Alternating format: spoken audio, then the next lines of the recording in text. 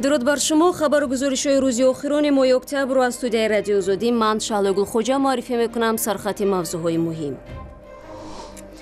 مالکان بازاری حاجی شریفی ختلان گفتند که دکان‌های از سوختار ضرر دیده را برقرار میکنند، ولی معلوم نیست که زیان مالی تاجران را کسی جبران خواهد کرد یا نه. زندگی در چهاردیوار خوابگاه نیم ساخت ده‌ها آموزگار جوان از گوشه و کنار تاجیکستان در ناحیه قوبادیان از بیخانگی سرگردانند.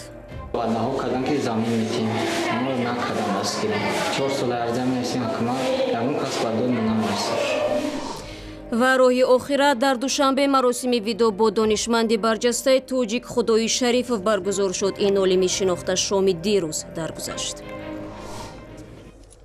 صبح دیروز بازار حاجی شریفی شهر قرغونتپا کلانترین بازار در ولایت ختلان آتش گرفت. ریاست آتش نشانی ولایت میگوید سوختار در نقطه فروش مساله ساختمانی سر زد و 370 متر مربع را فرا گرفت.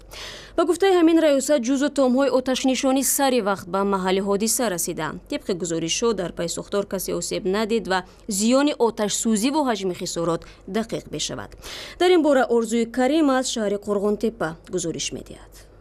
ما در نزد بازار حاجی شریف در شهر قورغانتپا قرار داریم که نزدیک به شهر سربند است که گفته میشد تدبیرها به خاطر پیشگیری از سوختارها اینجا گرفته شده است.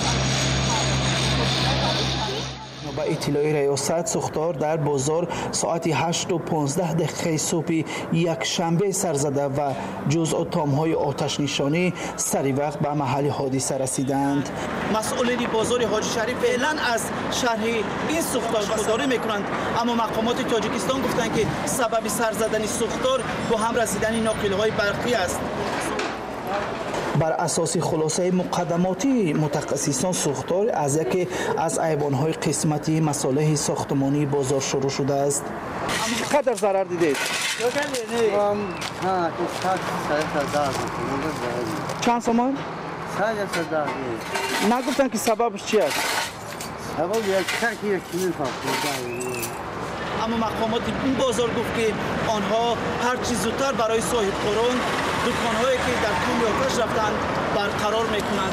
اما سوال به جواب این است که آیا اون ضرری که صاحب کاران دیدن جبران میشود یا نه.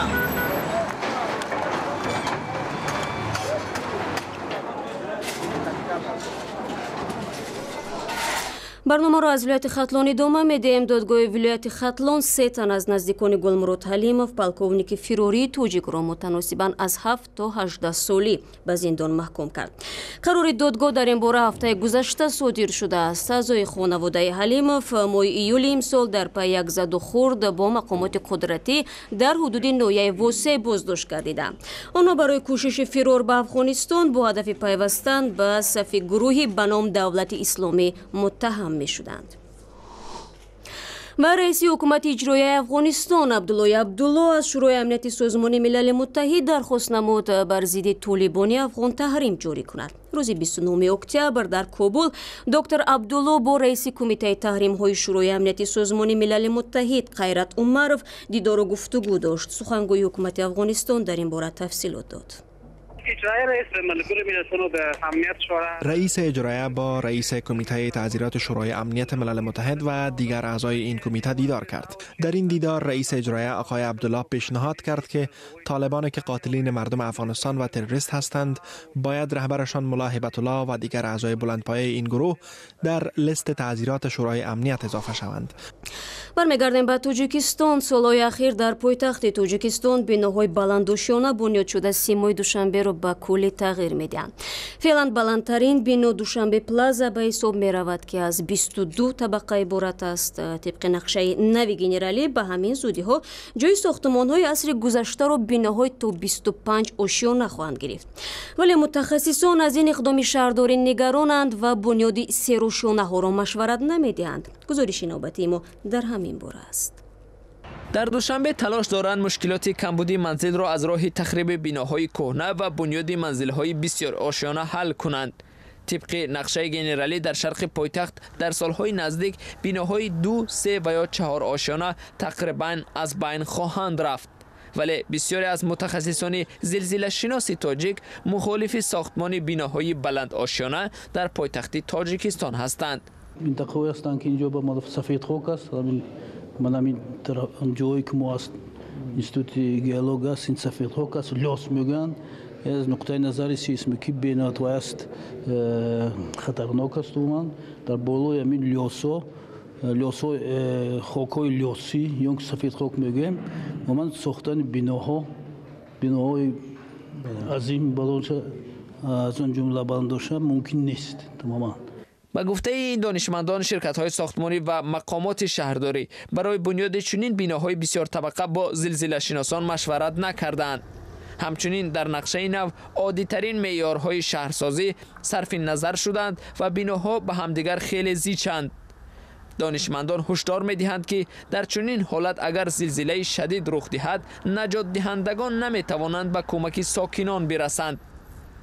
بینات بسیار شده ایستادند، لیکن نمیدونم از نقطه نظر توباوری با زمین جنبی و یا چه خیلی هستند، چگونه هستند. دوره سوز فرمان استالین بود که در دوشنبه، شرایط دوشنبه خطرناکی زمین جنبی به حساب گرفته، استالین فرمان داد که در این منطقه از 4 آشنا بلندتر بنا ساختن ناممکن است، چون که خطر کلان دارد.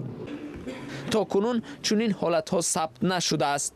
آخرین زمین لرزه در تاجیکستان روز 29 اکتبر رخ داد که مرکز آن در شرق ازبکستان بود، ولی در شهر دوشنبه جنبش آن زیاد احساس شد.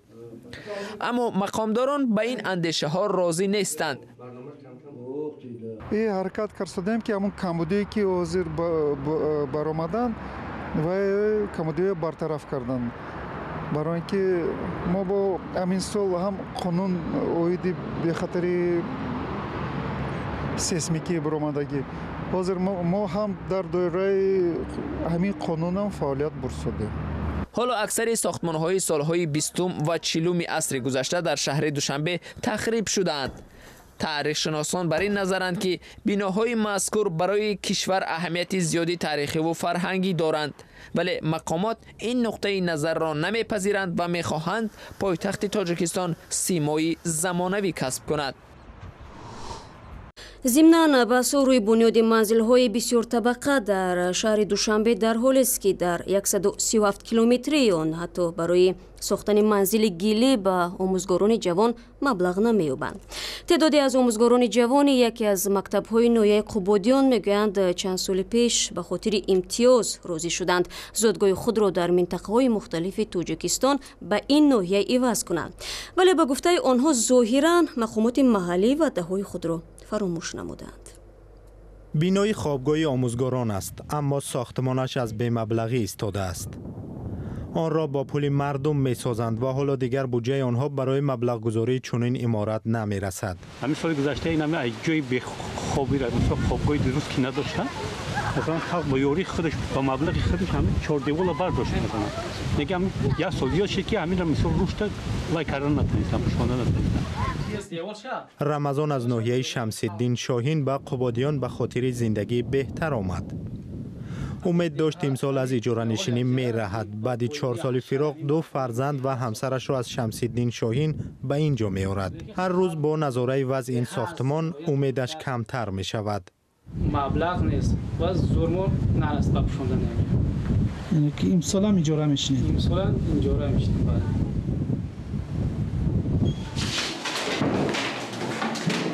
رمضان در مکتب رقم 59 دهه رودکلی ناحیه قبادیان استاد فنی صنعت تصویری است. او با 7 نفر آموزگار جوان از نواحی اطراف شهر کلاب به اینجا آمده است. جماعت ما مردم بسیار خیلی 4 وقت مشغول می باشد.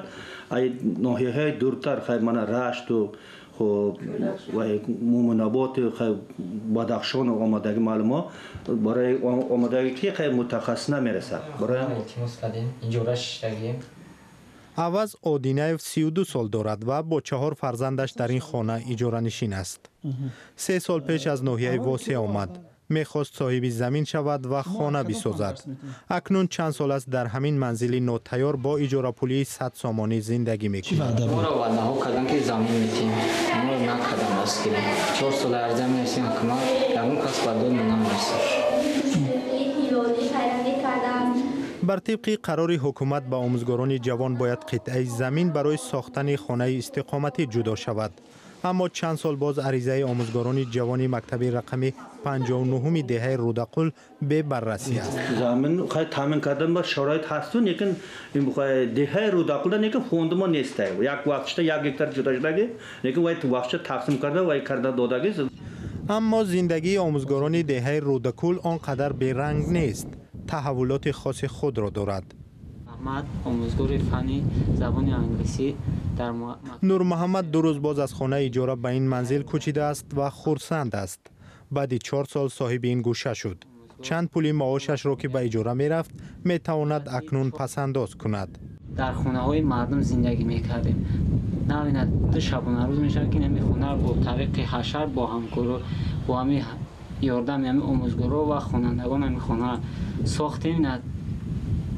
زندگی کردیم دارم. حالا دیگر در زندگی نور محمد صحیفه تازه باز شده است و می خواهد که آن فال نیک باشد.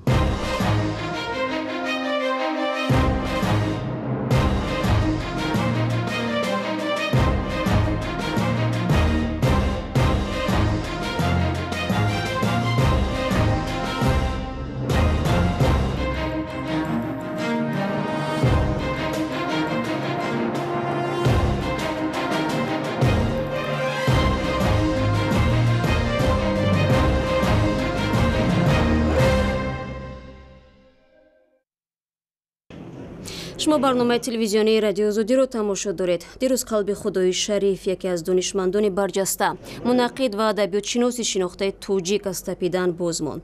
این عالم معروف که برای اثرهایش جایزه‌های زیادی را صاحب شده است، یک عمر در رشته فیلولوژی دانشگاه دولتی تاجیکستان کار کرده است. برادر یوسفی امروز در مراسم جنازه این دانشمند شناخته شرکت داشت. الله اکبر. مراسم جنازه خدایی شریف دانشمند شناخته تاجیک ظهر دوشنبه 30 اکتبر در مسجد مرکزی دوشنبه با امامتی سید مکرم عبدالقادرزاده رئیس مرکز اسلامی تاجیکستان برگزار شد. خدایی شریف شام یکشنبه 29 اکتبر در منزلش در شهر دوشنبه در سن 80 سالگی از عالم چشم پوشید. در مراسم دیگری در منزل استقامتیش شاگردان و اهل علم و فرهنگ از او دانشمند کم نظیر ادبیات شناسی تاجیک نام بردند.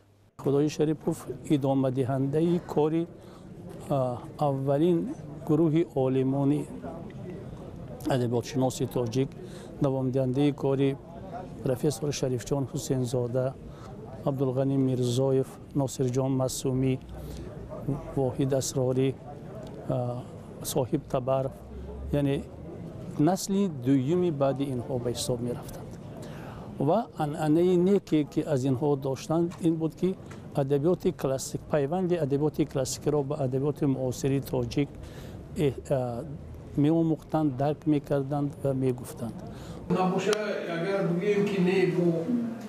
خدایی شریف به عنوان یکی از بنیادگذاران نقد ادبی علمی تاجیک نامبر شد. او همچنین در سالهای اخیر در تحقیق داستانهای شاهنامه فردوسی سهم جدی گذاشتند و در ضمن کتاب شاهنامه و شعر زمان فردوسی را در سالهای اخیر تالیف کرده به نشر رسانیده بود. و عربستان سعودی از آغاز سال نو میلادی به زنان کشورش اجازت میدهد که به برخی از ورزشگاه‌ها وارد شوند. این اقدام نو بخشی از تلاش‌های رهبریت آن کشور برای کاهش محدودیت‌ها در مورد زن‌ها در این دولت محافظه‌کار است. هیئت عمومی ورزش عربستان سعودی در صفحه توییتر خود گفته است مقام‌های ضد دخل به آماده‌سازی ورزشگاه‌ها در ریاض، جده و دمام شروع کردند و از آغاز سال 2018 خانواده‌ها می‌توانند در ورزشگاه‌ها حضور پیدا کنند. بنابر قانون‌های عربستان سعودی یک عضو کلان مرد در خانواده باید برای تحصیل، مسافرت و یکی از فعالیت‌های دیگری زنان اجازت بدهند و در غیر آن زنان از چنین حقوقی بهره مند نیستند. و برنامه امروز را انجام میدیم. اگر میل خوندن و یا دیدن خبرها و ویدیوهای بیشتر از این را دارید، پس سامانه azadi.org صفحه رادیو آزادی در فیسبوک و ادناکلاسنیک و هم کانال آزادی ویدیو در یوتیوب برای همه شماست. تشکر که با ما هستید. برای کار میخواهیم و فردا شما را در همین وقت منتظریم.